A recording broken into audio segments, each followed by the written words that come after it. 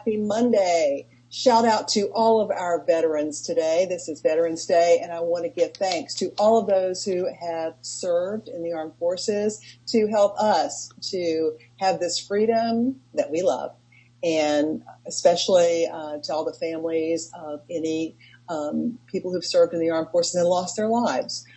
Just surrounding you all with love. So thank you for everything that you do. Now, down to business for today's Power Talk. I'm so excited because I have got a fabulous guest to share with you. My guest is McCarthy. She is an author. She's a CEO. She's an angel investor. She's a big deal in the business world, folks. She's been very successful for many years. And now she's sharing her pathway to success with each and every one of us. She's got a brand new book out called The Gratitude Formula, a 7-step success system to create a life that you love. But I found May with her first book, which is called The Path to Wealth. Several people had told me about this book, and I was like, yeah. And then her publicist contacted me and sent me the book and asked me if I wanted to interview her. And OMG, talk about life-changing, May. Wow. And when we talked the last time, this was just an audio show. Now we do video. So I'm so happy that all my viewers actually get to see your beautiful face. So welcome, May. Well, thank you so much for having me. I'm delighted to be here. Yeah, and you know what? I did my CSO letters for, I think, 2 years and had amazing results from that. I've done so many things over the past few years that have absolutely changed my life, but you were one of the first to really sort of get me on that path to success. And I'd forgotten about it. I just sort of let it fall away. And yeah, it happens, right? Life gets in the way of us staying on our path. And so then when I got a letter from you. That human nature is that if nothing's wrong, we get lazy. Yeah. Then, if you have a strong desire for something or to accomplish something, then you get right back on it and put your words, thoughts, and emotions directed towards what you want an outcome to be. Yeah. But when everything's going great, people just get lazy. Yeah, and you know what? When we get lazy, what happens is things stop maybe going as great as they were, and we're wondering okay, why? What the heck happened? What am I doing wrong? And start beating ourselves up. And paying attention to whatever you program into your subconscious. If you pick up your mobile device or you turn on the news or read the newspaper and stuff, you're allowing the world to program what's important to you. Exactly. So this morning practice, it's kind of like brushing your teeth for good dental health. What you want to do is program and prime your brain for success every single day with what you think is important. Mm-hmm.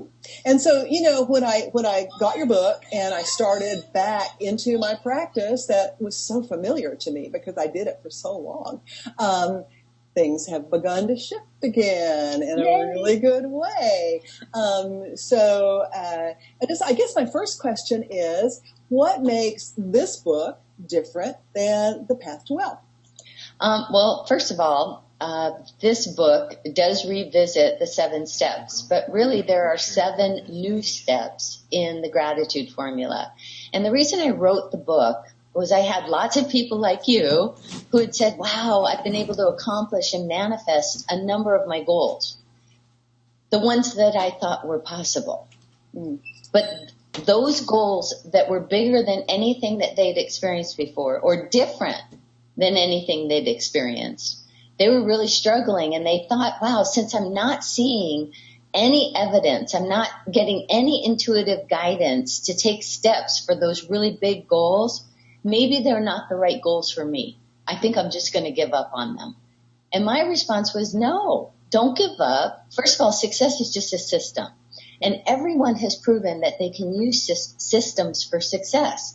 We learn to ride a bike. We learn to read. We learn to drive a car. We learn to type on that crazy keyboard that's not even in alphabetical order. But there were some things that we had to do in order to accomplish those goals. The first thing is we had to use repetition in a practice. And the second thing is we had to make what we wanted familiar and welcome. And the way that we did that was we saw our friends and our family riding bikes and driving cars and reading and typing. And we knew that it was possible. And the more that we saw them doing it, the more we identified with that same kind of success. But it took repetition to reap the reward. And it also took shifting your mental equivalents and shifting your beliefs.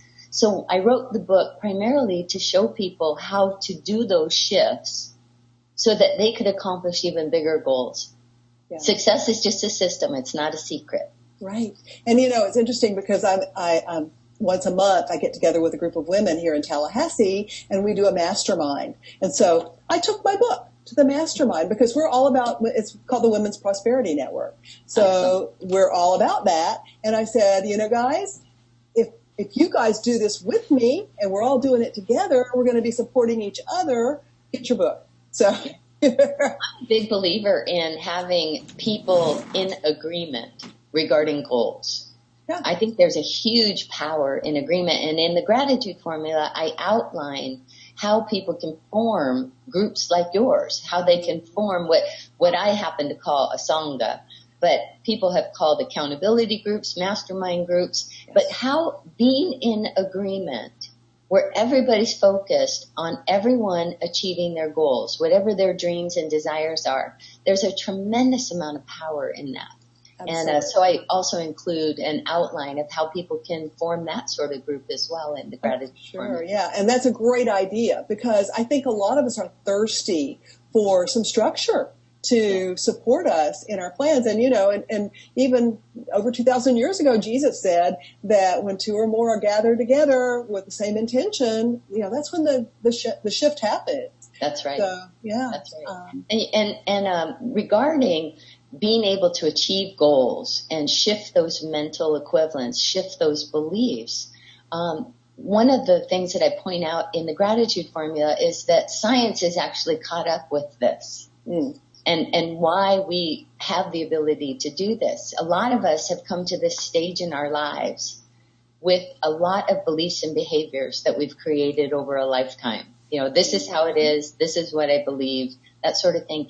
Well, science has shown that in our brains, we have these neural pathways. And the ones that are really big, that are deeply grooved, are the ones that we have the strongest beliefs and behaviors around.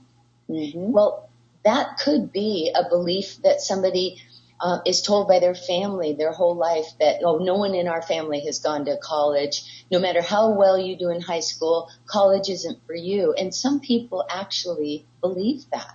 Mm-hmm. And so to shift that belief, what we have to do is strengthen a different neural pathway. And the way that we do that is we get around lots of people that have gone to college and find out that really it's not that difficult. If they could do it, you could do it. Or a belief about family hereditary medical issues, that you can actually change that belief by meeting some other people that have overcome hereditary health challenges, who have shifted their lifestyle, who have created incredibly healthy, vibrant lives for themselves. As you start to see what they did and that it's possible, you're strengthening a different neural pathway into a stronger belief. Absolutely. I really believe that. And then when you've got two or more people that are all focusing on the same goals for each other, like I will focus every single day on you accomplishing your goals. And I know that the other people that are part of my group are focusing on accomplishing my goals. Exactly. With that kind of power, you're sure to shift beliefs and achieve whatever it is that you desire. Yeah. And, one of the things that I learned in the first book that I've gotten brought back to the surface for me is how important, in addition to gratitude, how important forgiveness is as far as making this cohesive shift happen. Can you talk a little bit about where this forgiveness piece comes in?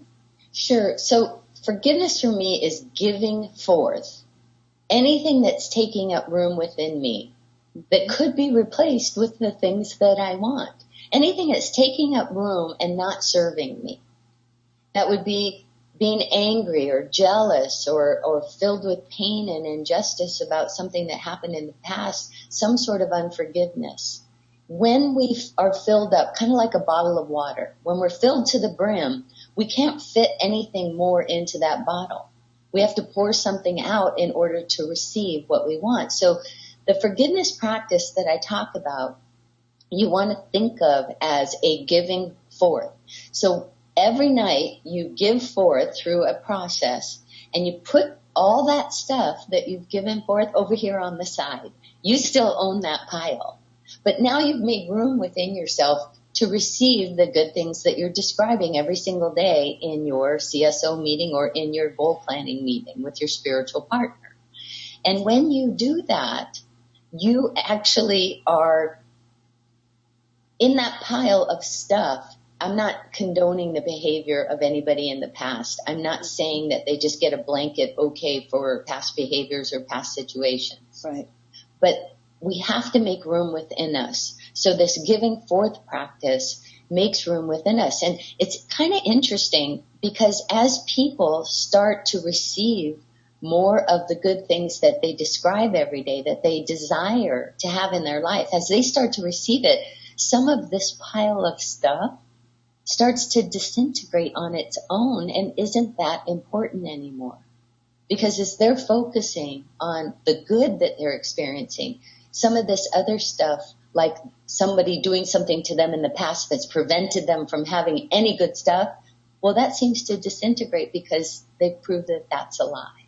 Yeah, exactly. And it always was. You know? But they proved it to themselves. Yeah, and you know what? We don't do forgiveness for that other person. We're doing it for ourselves. You know? Exactly. We're the only one that suffers when we hold on to resentment and lack of forgiveness. That's true. That is so true. I saw an illustration of that once. There was a man who called somebody from the audience up on stage. And he said, all right, so this man who I just called up represents somebody that I'm really angry with, who did some wrong to me in the past, and I'm just not forgiving him. I just really am angry with him. So what he did was he tied a string around that man's ankle, and he tied the same string, the other end, around his ankle. And they walked around the stage together. And he said, see, when I'm unforgiving, the one person I don't even want to see or have in my life anymore, I've just tied myself to him.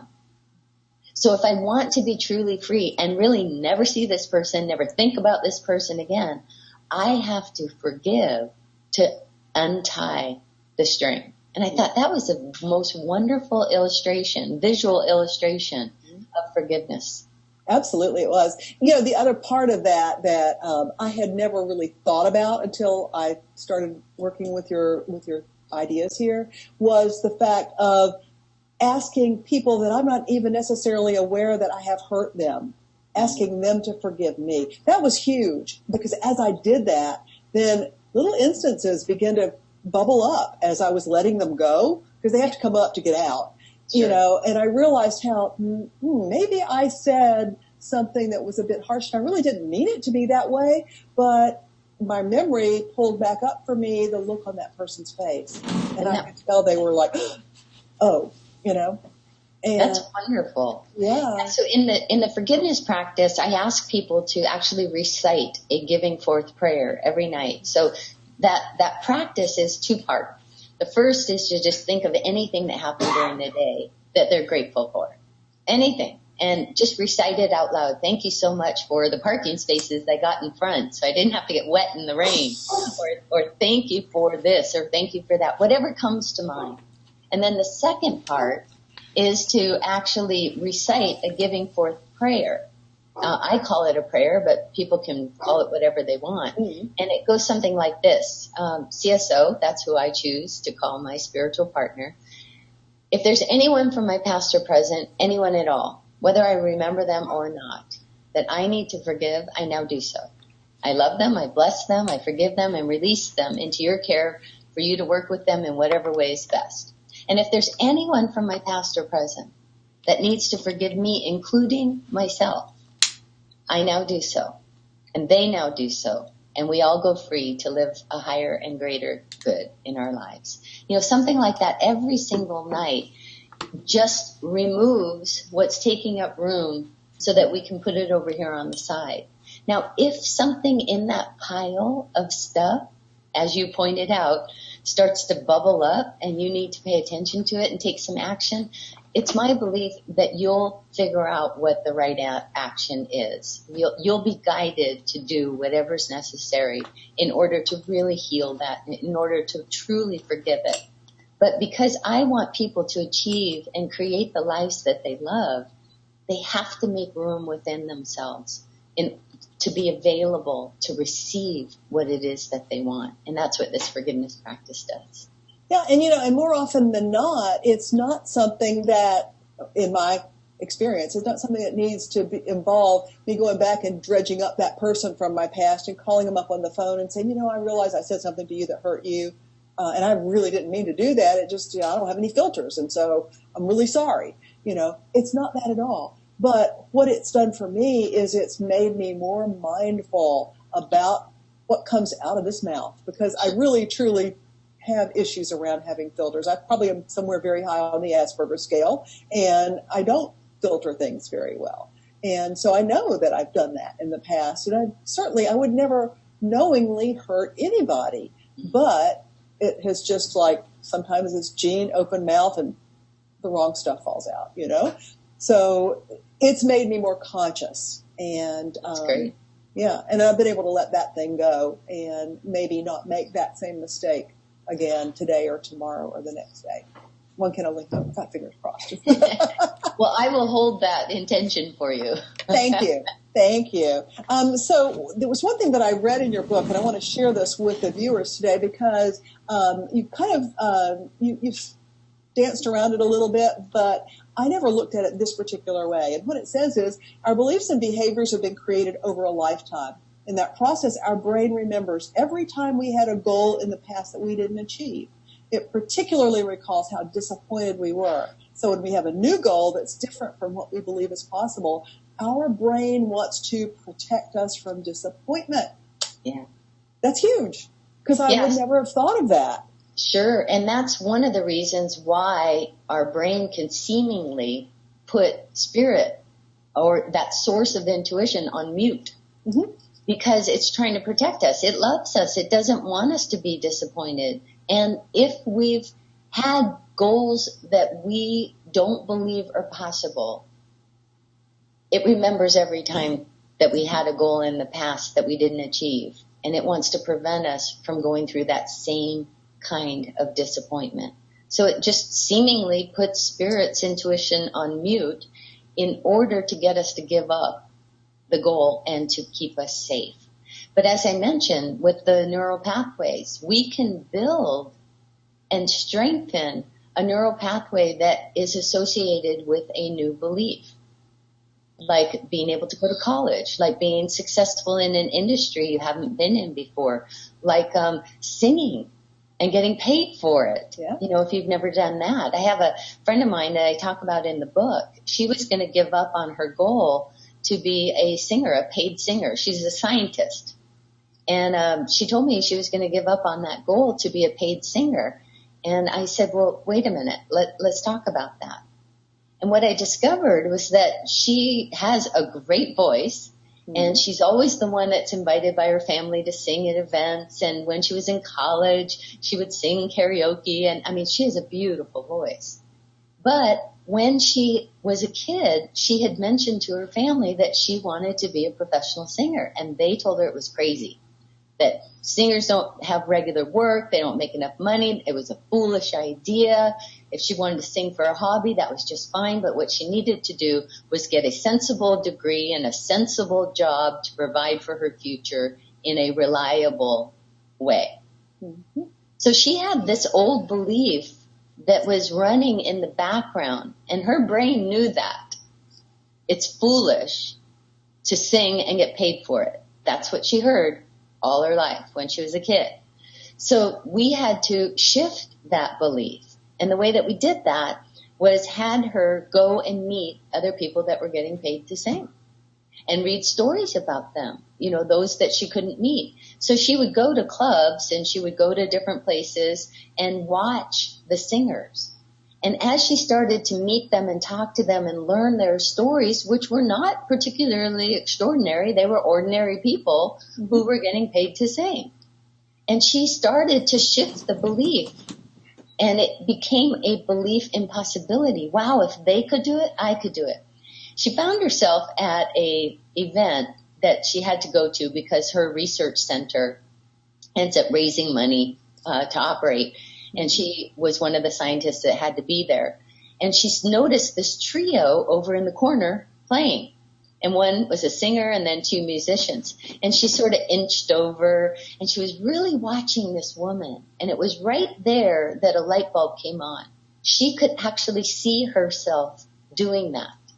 She knew that it was possible. Well, right then, her brain said, okay, fine, you now believe it's possible, and took those intuitive messages off mute. Well, she got an intuitive message from several different people inviting her to another event. I mean, like more than 5 people inviting her to the same event. And so she decided to go.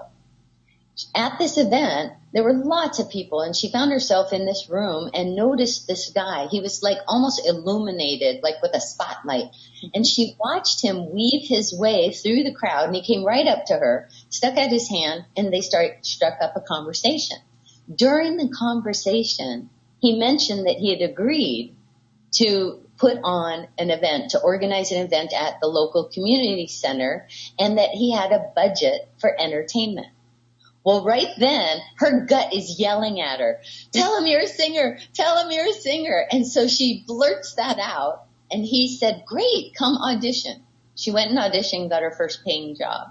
And I'm happy to report she sings pretty regularly, part-time, but she still is a scientist because she really loves doing that. So she's following her passion in 2 ways, and I like that. Right, but she wouldn't have gotten any of those intuitive messages until she started to shift the belief. Daily practice, describing with gratitude her goal as a paid singer completed, and going out and making what she wanted familiar and welcome by reading about and meeting other people that were doing what she wanted to do, what she called success. Yeah, and listening to those hunches is a really big piece of this formula, folks, because one of the things you're doing in your letter is asking for leads. Give me leads. Show me hunches. And if you can't hear them because it's turned off, then, you right. And all it's doing is trying to protect you. It just your brain loves you. Yeah. And your brain and subconscious know how to cope and keep you safe. Even if you're in a job you hate, if you have this idea that you want to go beyond that job to another job that maybe is bigger than anything you've done before or different, even though you don't like your job, your brain and your subconscious know how to cope and keep you safe and invisible in that job. Yep. I tell that other story about another man who wanted to have a different creative way to express himself in business. And he had been told all his life he was a runt, and he, just barely would participate. He did his work and he remained as invisible as possible because that's how he knew he could cope and survive. And he wanted a bigger expression. And so he had to do the same thing. He had to write down what that felt like. What was he doing in this new job, in this creative expression, using his skills and talents in remarkable ways. And he had to go meet people that were just like him, who had become successful, who had been able to break out of a shell and do what they absolutely love and express themselves fully. And as he started to learn their stories and use his daily practice, then things started to shift and he was led into the perfect position, almost miraculously. Yeah. And that's really kind of how it seemed. My personal life coach has been constantly reminding me that I don't dream big enough, and she's constantly going, Jean, okay, dream bigger, get outside the box, you know. And so that's one thing that we work on every time we meet. I love it. Is me getting out of that shoebox and into a pod, you know, with my ideas. So, I love it. Absolutely. I love it. Yeah, I believe that anybody can choose to achieve whatever it is that they want. Now, what they should do, though, is make sure that it's in alignment with what they love to do, or in alignment with their purpose. Because if I would never say I want to be a paid singer, because I don't have the voice for it. Yeah, me neither. It doesn't sound fun to me. Yeah. But I love doing what I do. That's fun to me. It's really, really fun, and I love doing it. And so when you reach a goal, that's what I call your good. Once you reach a goal, create a bigger goal. Yes. Because you just follow the same success steps that are outlined in the book to achieve an even greater goal. Exactly. You know, and that's, I think, what happened, where I fell off the wagon because it was working for me with the path to wealth. And then I got complacent and really started getting back into my hermit self. And so now what I'm working on is expanding my business again globally, but not doing it just on the internet, which is what I've been doing for the last 2 years, but actually getting, you know, on a plane and traveling to the other countries and teaching my work. I love it. Yeah. So that's my focus now is getting global again, but getting global face to face. Wonderful. There we go. So this is a wonderful reminder for me with some brand new tools in it, and I'm really grateful. So thank you so much, May, and I know you're a very, very, very busy woman. Thank you for taking time to share your ideas with our viewers, and much success with this book. Well, Jean, thank you. I appreciate that. And if your viewers want to just check out the book for free, they can get the first few chapters downloaded for free at maymccarthy.com. Fantastic. Thank you. That's wonderful. Okay. All right. And so have a fantastic rest of your week, and viewers, enjoy the rest of your day. Enjoy if you've got the holiday today. Live big, dream big, and make something happen for yourself today. And until next week, remember, people who take responsibility for their lives create the reality they desire. Love you all.